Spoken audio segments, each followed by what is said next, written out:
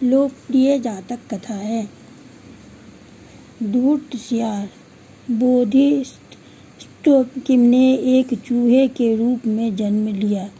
वे बड़े बुद्धिमान थे और हजारों चूहों के साथ जंगल में रहते थे। वे इतने बड़े थे कि छोटे सूकर जैसे लगते थे। उसी जंगल में एक धूर्त सियार रहता था। वह बड़ा ही धूर्त था और उसकी निगाहें सदैव जंगल के चूहों पर रहती थी। वह इन चूहों को कई दिनों से खाने की योजना बना रहा था और अंत में एक योजना उसने सोची और वह चूहों की बस्ती के पास गया और सूरज की ओर मुख करके एक टांग के बल खड़ा हो गया। एक दिन बोधिसत्व भोजन की तलाश में निकले और उन्होंने इस सियार को सूरज की ओर मुँह किए पाया, जबकि एक टांग के बल खड़ा था। बोधिसत्व ने सोचा, वह शायद एक संत है जो एक टांग के बल खड़ा होकर ध्यान मग्न है। बोधिसत्व ने नमस्कार करके उसका नाम पूछा। सियार ने उत्तर दिया, मेरा नाम भगत है। चूहे बोधिसत्व से पूछा, तुम एक टांग के बल क्यों खड़े हो?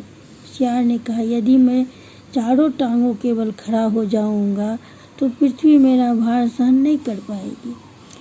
चूहे बोधिसत्व ने उससे पूछा, किंतु तुमने अपना मुंह क्यों खुला रखा?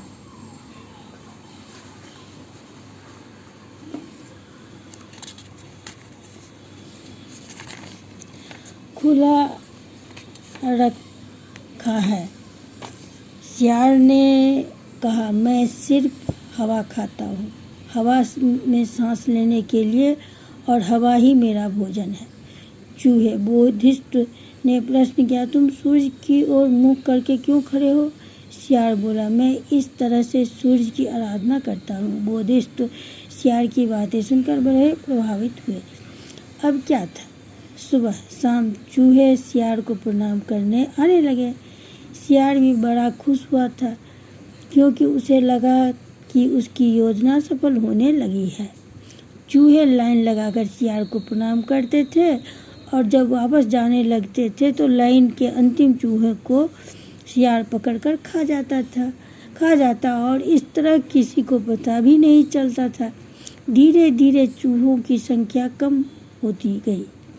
चूहों का मुखिया बेहद परेशान था कि आखिर उसके समाज के चूहे की संख्या में लगातार कमी कैसे आ रही थी। उसने बोधिसत्व से इस बात की चर्चा की। उन्हें सियार पर शक हुआ कि कहीं उसकी धोखेबाजी तो नहीं है। एक दिन बोधिसत्व ने सियार की परीक्षा लेने की सोची। बोधिसत्व ने अगले दिन सारे चूहों को आगे जाने दिया और अंत में बोधिसत्व गए। हमेशा की तरह सियार ने लाइन की आखिरी चूहे बोधिसत्व को दबाने की कोशिश की, पर बोधिसत्व बहुत तेज गति से निकल गए और जाते जाते पलटकर सियार की ओर मुड़े और कहा, धूर्त सियार, तुम साधु के रूप में मक्कार हो। तुमने संत बनने का नाटक किया। तुम ढोंगी, पाखंडी और बहुत बड़े धूर्त हो। चूहे यह सब सुन रहे थे। असल सच उनके सामने आ गया था। वे क्रोधित हो गए। फिर समूह में एकत्रित होकर धूर्त सियार पर हमला कर दिया और उसे जंगल से खदेड़ दिया। धूर्त सियार अपने प्राण बचाकर भाग गया।